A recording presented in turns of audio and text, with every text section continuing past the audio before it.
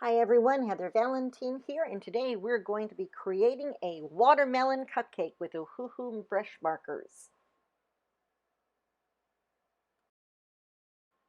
Here you see I already have my sketch drawn out on one of the sheets of paper from my Ohuhu art marker pad. This is 200-pound paper. I want to say kind of glossy, but not perfect for markers. The paper arrives in a kind of like a leather book, and you just kind of perforate the pages and take it out. I sketched it with a mechanical pencil, kind of light lines, got my, illustration all set up, and I began coloring it in with the Ohuhu markers. I have a set of 72 of these alcohol-based markers. They arrived in a soft kind of pack zipper case, and all I have to do is say when I open them that colors are so vibrant and magnificent, and the price for this is amazing. They have so many different sets. This one does have a fine end, which is your brush end, and of course a chiseled end. Throughout this whole entire tutorial, I did use the brush end of the markers. The markers did not bleed through this paper. Um, they were really a gem to work with. One of the strong points to this, I have to say, is definitely the shades of markers or the colors for these markers. And please forgive my MS brain throughout this. Sometimes words get kind of tongue-tied and backwards, and it's just one of those days. I've already laid in the base color to the watermelon rind. Everything that I'm doing with the watermelon, kind of creating the texture, is very loose. Um, Nothing too perfect here. Watermelon has a lot of texture, okay? As all of us know who eat watermelon, it's kind of got that little almost translucent to opaque thing going on. And when you cut it, the edges aren't smooth. You never get a perfectly smooth watermelon, okay? So you want to go ahead and when you color this, you want to make it as realistic as possible, or at least I did in doing so. And you want to show this texture. Um, I didn't blend out every color as I went ahead creating this. I did a couple colors and came back with lighter color and kind of blended it out. But on the watermelon texture itself, very little blending. You really want to go ahead and be very loose at this. This isn't, one of these things where you have to be super, super perfect. For me, when I did this illustration, that's exactly what it was. A fun, easy breezy illustration. This was not hyper-realism or anything like that. This was just, just a fun tutorial.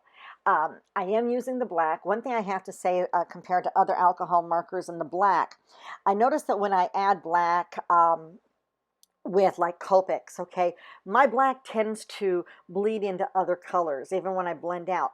I didn't notice this with the Ohuhu markers, which is really good. I really don't use a lot of black anyway in my illustrations and art, whether I'm painting or using colored pencils, so forth. That I rather mix, and play with my colors and work up to as dark a shade as I want for black instead of using the actual black. But I wanted to try it out. This is my first time using these markers, and I'm very, very pleased. The only thing I found with a set of 30 or of a 72 is they didn't have a lot of skin tones in this set. I know they have markers that go up to like 200, piece sets. This one in particular, I kind of struggled kind of finding this cupcake color. I wanted my cupcake to have like vanilla, batter on the inside, since we have, we're going to have all this kind of fuchsia and red and that frosting going on with the watermelon. I really didn't want to pile on a whole bunch of colors on the cake portion of the cupcake. So I ended up kind of mixing a couple of the yellows and a brown together, and an orange to get this cupcake feeling. Which is okay. Like I said, I like to play with colors. Right now, I'm just layering in some, base color on the cupcake. When you do the liner paper to the cupcake, as you can see, it has that accordion style look when you look at, some of the liners. You want to go ahead and angle your coloring up a little bit or down in the diagonal of the lines of the cupcake. So you want to go ahead and make that, looking as 3D as possible and realistic. I don't want to have a two-dimensional cupcake. I want to I kind of want that to feel that you can go ahead and actually reach in to the paper, grab the cupcake, and peel that paper liner off. You can see I'm coming in with the same colors that I used for my cupcake batter. Now you want to go ahead and just gently, you can see how I'm kind of feathering in the darker shaded area to get that nice cake color. Of course, you want to go ahead and add some shading and some texture in there, a little bit of pointillism or stippling effect, to give it that, that airy looking feeling, we've all eaten cupcakes, or cakes, kind of how it has that, kind of bubbly, airy kind of texture into the batter, and that's really important to do. You want to go ahead and just sporadically in a few areas, shade in behind that liner. Now I'm coming up from the bottom. Of course, we got to make sure this cupcake is sitting like on a table. So you want to go ahead and darken the base of the cupcake in various areas and come up the liner.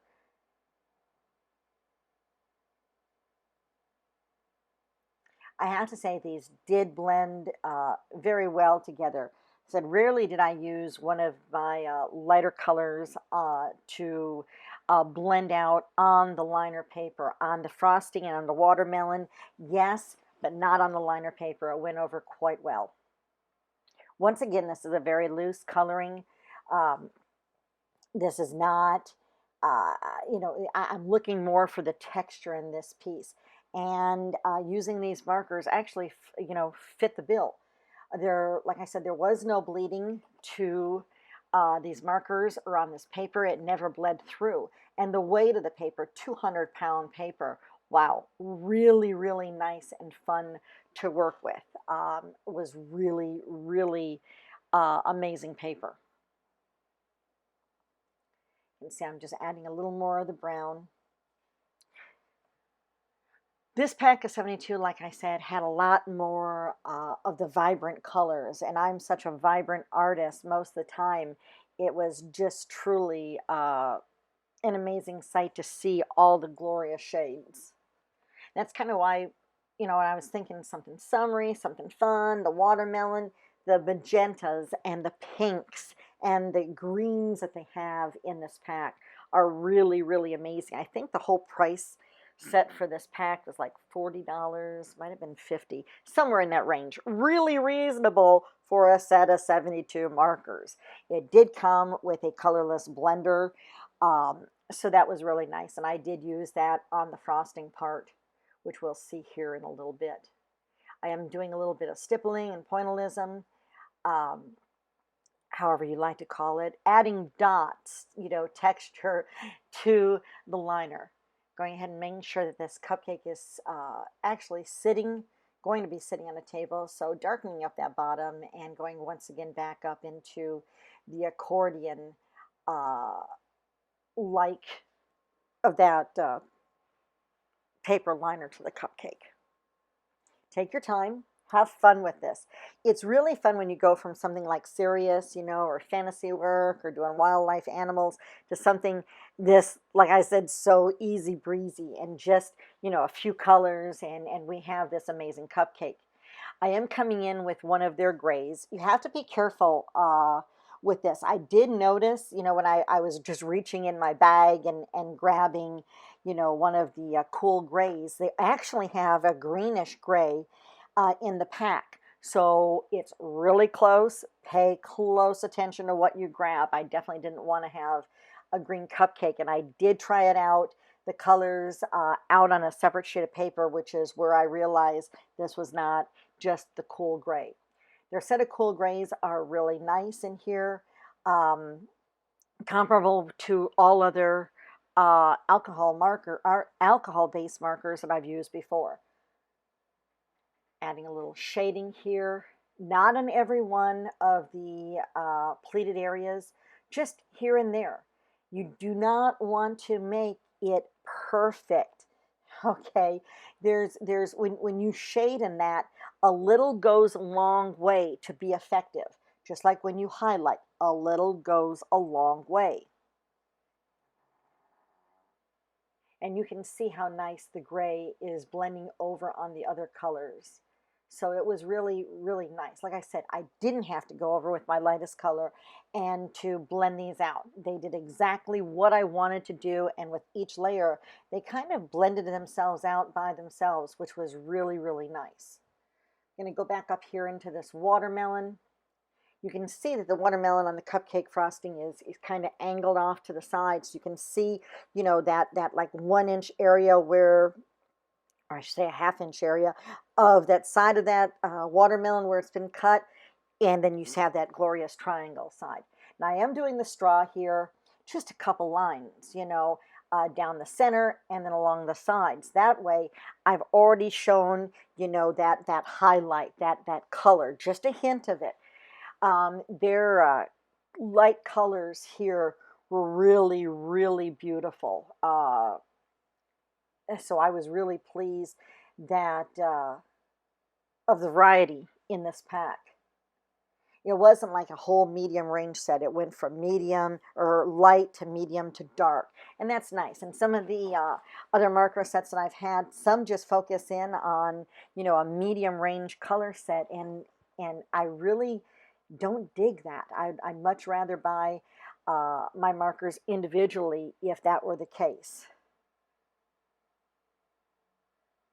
I've done that with colored pencils where I've had, a set that's like a medium range set, and I'm like, okay, this is going to be fun, and it kind of ends up kind of being kind of disappointing, but not with these markers. You can see I'm layering in a little bit more of the shadow with my gray, just enough. You don't want to cover the whole entire straw. I wanted the base of the straw to be white with just a hint of color. I didn't want to detract it from the watermelon slice or from that frosting, which is really going to be bright and vivid. I am adding a little bit of the green into the leaves. Now in doing so, I left out my white highlighted areas. I didn't cover the whole entire leaves. I did the veins and the outline of the leaves, and on some of the veined areas on the leaves, I colored it. I wanted that white to shine through. And when you work with markers, if you're going to have a highlighted area like that you really want white, leave it white. I mean, they do have white gel pens, and you can go in for, your gouache or your other kind of opaque white paints to cover it up. But it's easier just to leave it white. Adding a little darker green there. Once again, coming in with another darker green, just strengthening up the veins, adding a little bit of shading. That watermelon looks good to eat there. And let me note, when I did do the seeds on the watermelon, I did not cover up the whole entire seed black. I left a little bit of that area white, just a little hint to show that, it was kind of shining in the light. Here I am adding one of the grays into the bottom, anchoring this cupcake to that invisible table, so it's not just floating. It is actually sitting there waiting to be eaten. And I'm just feathering out the gray.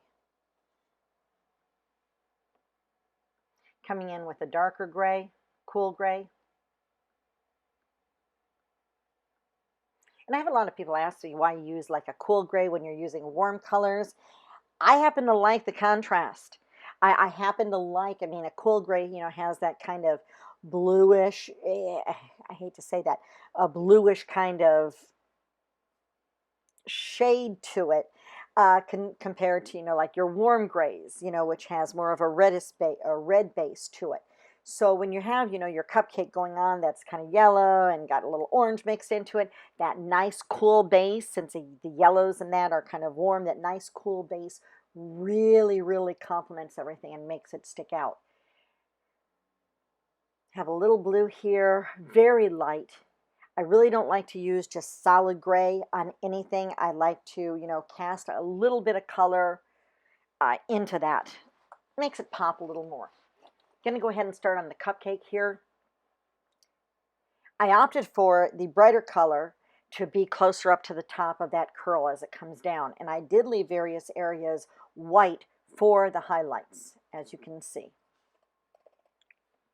Went ahead and every swirl mark or every kind of ruffle from that frosting being made is being done individually. It's very important to show those ripples in or those outlines to that cupcake. Like I said, this is very loose. Oh, it's looking so good. And loose means rough. I mean, nothing real perfect here. But it'll come out looking really perfect. Add a little couple dots here and there on the liner of the pink, and also going to be doing the same thing here in a minute on that straw. Just popping a little color here and there. Nothing wrong with doing that. I am adding another layer of pink onto this, as you can see, darkening up some of these areas. Of course, I'll be darkening up more of the underneath part of the frosting and around that straw. Now I'm coming in with my magenta color, fuchsia. It's really more of a red violet, actually.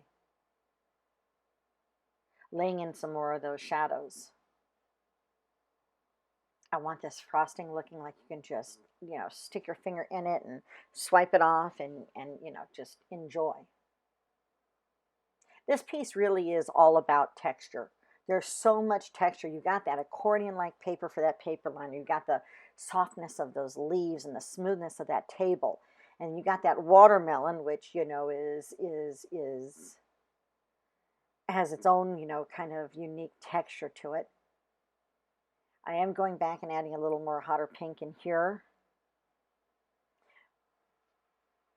I want to make sure that my frosting is as red and luscious pink as my watermelon slice. After all, it is a watermelon cupcake. You can see I'm adding that little pink in, just a couple little dots. And see what it does, how it just added a little something to it. Now I am taking the colorless blender and I'm adding it in the white. I didn't apply a lot of pressure when I did this, and I really didn't go up into the color of that, just kind of in that white area and just kind of brushing barely up into that pink. I want to say I didn't overly saturate it, but it is kind of saturated here, and you can kind of see that pink is slowly blending out into that white area. Now I'm going to take this pale purple, pale lavender, and I'm just going to go up into this while it's still wet. And you can see how it's smoothing out, so there's really no harshness into that cupcake frosting. All frosting has texture, like I said, and so this is just another way of creating that texture. The alcohol, I'm really not a big fan of any of the colorless blenders to any of the marker sets I have. This is really the first time I've used it, for a pretty important piece, part of my artwork. And I have to say, it worked. It came out exactly the way I wanted it. So in the past, when I've used other colorless blenders, didn't do what I wanted to do. I didn't like the bleeding effect. There was none of that with this per se. Not a huge, it softened it. And that's what I always wanted the colorless blender to do. Not, bleed your ink onto your artwork. So I did take a gamble at this point. I had never tried their blender before, And hey, it worked, and I couldn't be more pleased. Want to top it off here? I did let the areas that I did put the colorless blender, let it dry out. It didn't take long for it to dry. And I am adding black seeds, um, the watermelon seeds, onto the cupcake frosting. And I'll put a little couple on the table here by the cupcake, just to add a little, pizzazz to the piece. When you do the black, remember, leave a little bit of the white so it comes out to be like a highlight in the cupcake. Now, if you are going to put watermelon seeds on the paper or on the table where the cupcake's standing, don't do two. Do an odd number. It always looks better than instead of two. I did do 2 leaves here. Probably should have done 3 leaves, but hey, it was just a fun, easy breezy sketch. And comes out to be a nice illustration. I am adding a darker gray here, just putting a few finishing touches on it.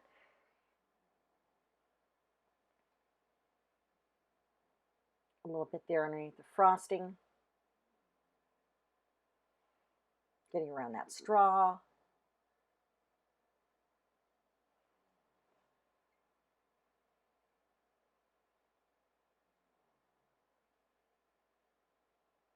And if you like this tutorial, make sure you subscribe to my YouTube channel.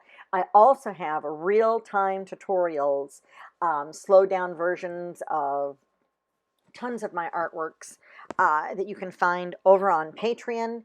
That is www.patreon.com/Heather Valentin. I have 3 tiers that I offer, 2 of them that do have real-time tutorials. So if you need to, want to learn how to color, want to learn how to draw something like this, come on over and join me.